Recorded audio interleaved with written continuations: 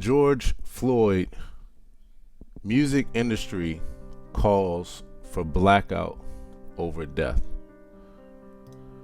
I don't really have to give any kind of prerequisite to this talk or this conversation because we're all pretty aware of what's going on, what has been going on, and what's transpired. This is an article response video, and so I'm going to read this article. We're going to talk about it for a few.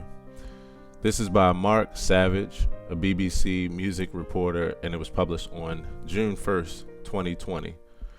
The music industry is to observe a day-long blackout on Tuesday in response to George Floyd's death last week. All three major record labels have shared a message on social media promising a day to disconnect from work and reconnect with our community. Employees have been given Tuesday off, as a day of action intended to provoke accountability and change. Interscope vowed not to release new music this week, while Apple Music's Ebro Darden canceled his radio shows. Floyd, a 46-year-old African-American man, died last week after a white police officer knelt on his neck for 7 minutes. Minneapolis policeman Derek Chauvin has been sacked and charged with third-degree murder. He's due to appear in court on Monday amid ongoing protests in the US and UK. Many of music's biggest stars have spoken out about the father of two's death. Taking to Instagram on Sunday, Rihanna spoke of the devastation, anger, and sadness she experienced over the last week. Watching my people get murdered and lynched day after day pushed me to a heavy place in my heart, she wrote.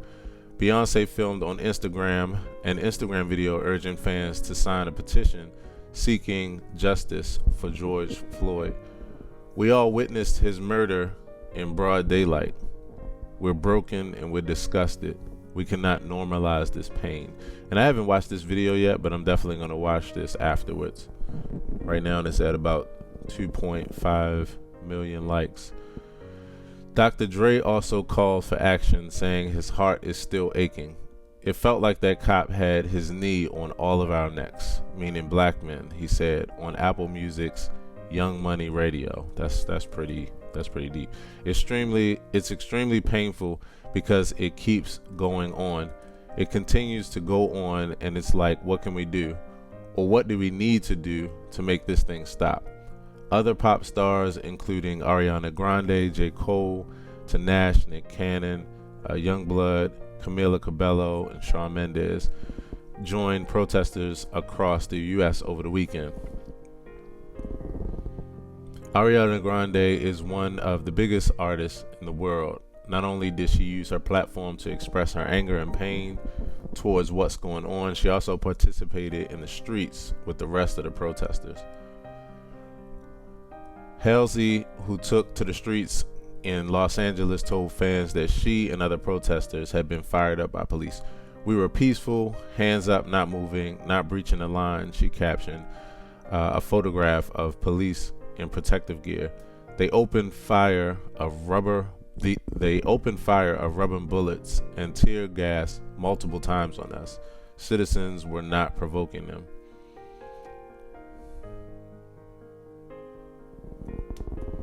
Yeah, this is serious. I mean, as you already know, but as anger spread through the music community, a message spread on social media calling on the industry to take an urgent step of action to provoke accountability and change. As gatekeepers of the culture, it's our responsibility to not only come together to celebrate the wins, but also to hold each other up during loss, reads the statement, which circulated under the hashtag "The show must be paused." Among those reposting the message were Warner Music Group's Sony ATV, Universal Music Group, Motown, Capitol Records, British label Dirty Hit, Eminem's Shady Records, and legendary producer Quincy Jones. You know, that's the one thing about this that's so interesting. Is like you don't really ever desire for negativity to happen, But I'm really glad to see how it's really striking deep in the hearts of many people, and it's drawing out empathy and drawing togetherness in a whole different way. Um, and as it should. I mean, this is something that's really devastating. All of my shows are canceled, wrote Apple's Ebro Darden on his Instagram feed.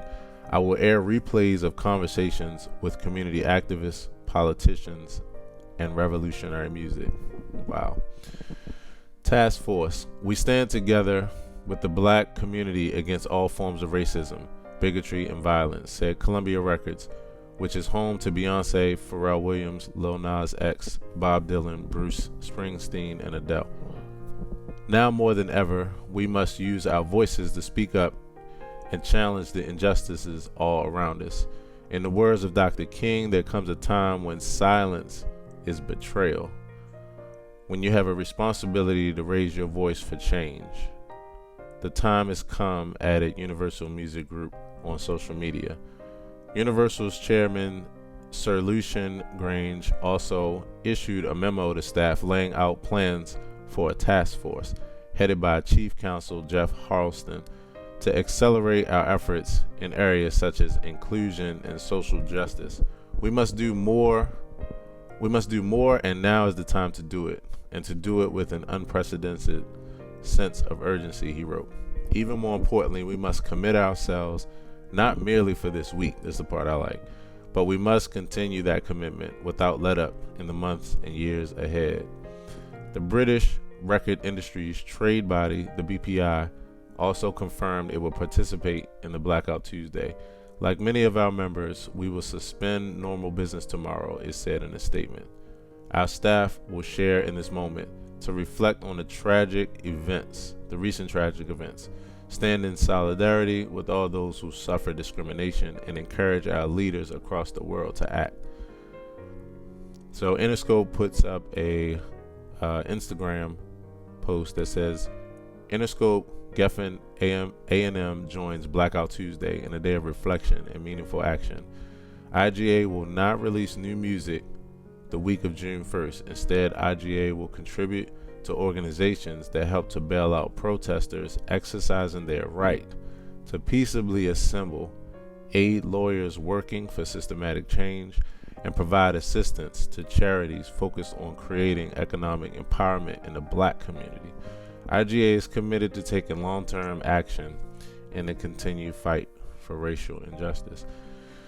And I mean, that's something that's really touching to me, even just reading that, because again, the farther we go in time, the more we have more people that are empathizing with this pandemic for all intents and purposes, and so that means a lot, especially me being a dark-hued man of color. It just personally means a lot. Universal Music Group puts out an Instagram that says, this Tuesday, June 2nd, the Universal Music Group family will observe Blackout Tuesday, a day to contemplate, connect, and organize. We stand with the black community. Hashtag the show must be paused. And then Warner Music put out a Instagram photo that has, a number of people that have been unfortunately lost to this particular type of pandemic, and it says, say my name, and it has Trayvon Martin, Eric Garner, Ahmaud Arbery, Sandra Bland, Breonna Taylor, George Floyd, Tamir Rice, Bottom Jean, Betty Jones, Michael Brown, Tatiana Jefferson, Stephon Clark, and then some more as well. It continues to go on.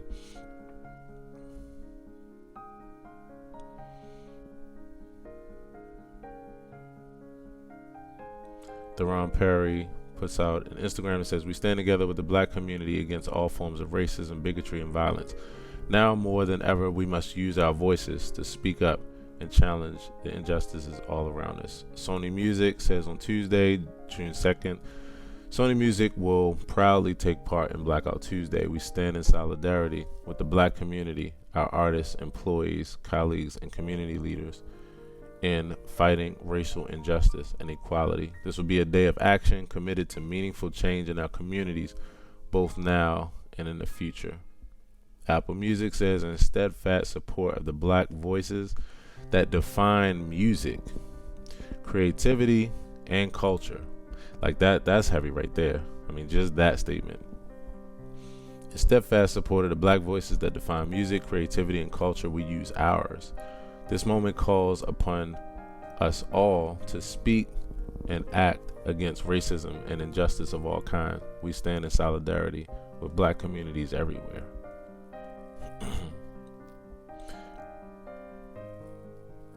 So that's pretty much the end of this article. Yeah, this is a heavy time. I mean, for me personally, it's like, so I'll say that my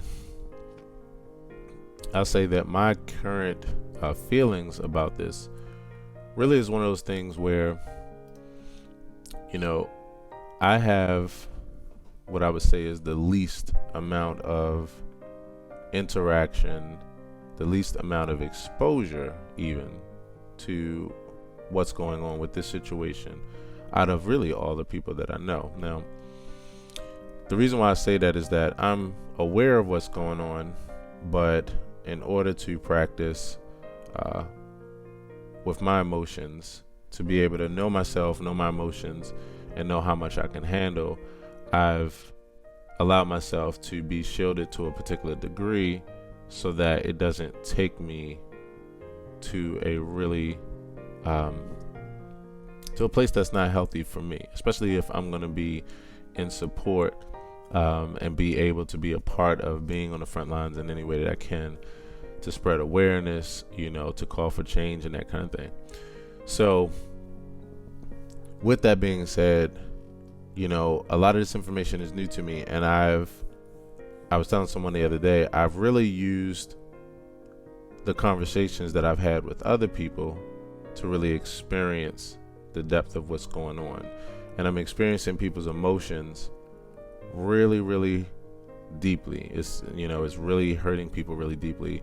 It's really causing, you know, some real deep dissonance. And the thing that I've taken note of is, you know, a number of these people that I've talked to are people like myself that really practice, you know, meditation, mindfulness, and practice equanimity and compassion, and just the ability to just cope with things in a particular way, you know, and to not get completely thrown overboard by things. But it's really striking deeply.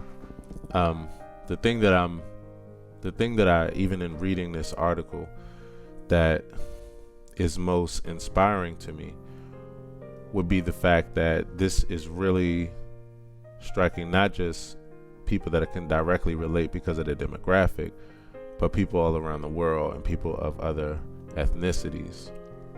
And it's causing people to spread awareness in a whole different way. So I really appreciate that, because that's what's really needed for real change. It's spreading awareness. It's people just really knowing what's going on, how they can participate in change, and to be able to be empathetic to the situation and to each other. So I've had a couple conversations, and I've even heard a couple conversations. In fact, I'll be having another conversation very soon with a good friend of mine, where we're going to talk about these issues, you know, and more, and just how we're responding to it. And it's just one of those things where I was listening to a podcast, and to just hear people of, you know, European descent and just other ethnicities just really sound as if it was them, you know, that it happened to, or was their family member.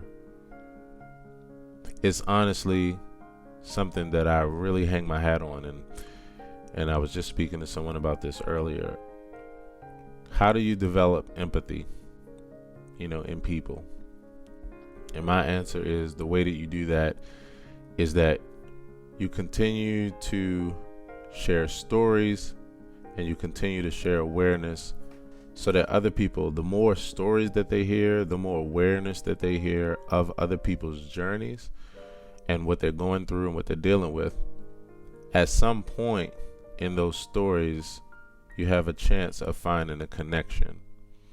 Whether that person hears about something that happened to another person that happened to them, or somebody else that they know, or it could even be that they were the father of, 4 children, or in this case, I think it said 2.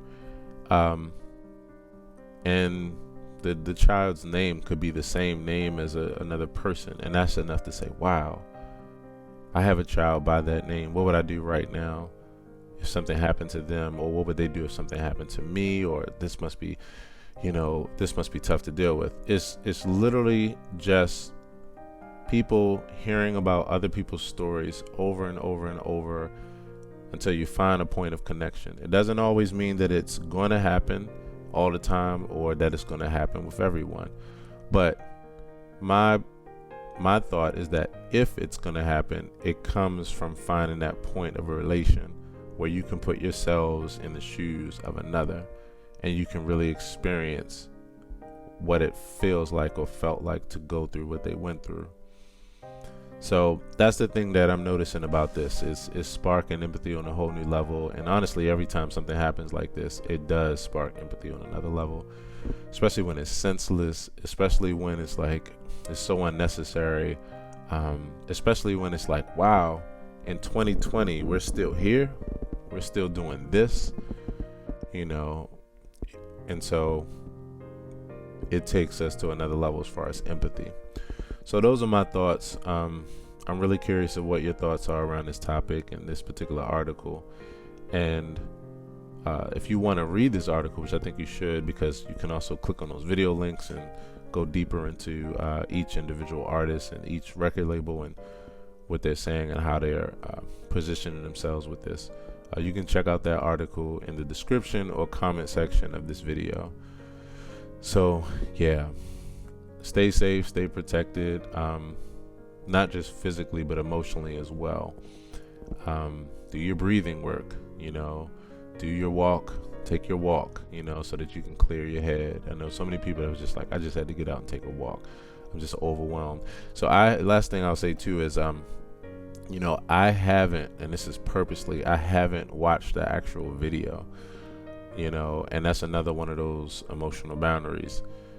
I know what's going on and it's been described and I understand it and I've seen it before, and maybe at some point I may decide to, but right now I know that it would be a bit overwhelming for me, and I'm experiencing this pain, enough for it to be in a healthy place where it pushes me to do things that I can do for change, or to ponder and think on these things myself and go to another level, while at the same time not going crazy because of seeing some senseless act of violence that you can't unsee. And that's the tough part about these things, but it's also the part that sparks the deepest reason to push forward for change and evolution and revolution. So I hope this was enjoyable, and like I said, let me know what you think.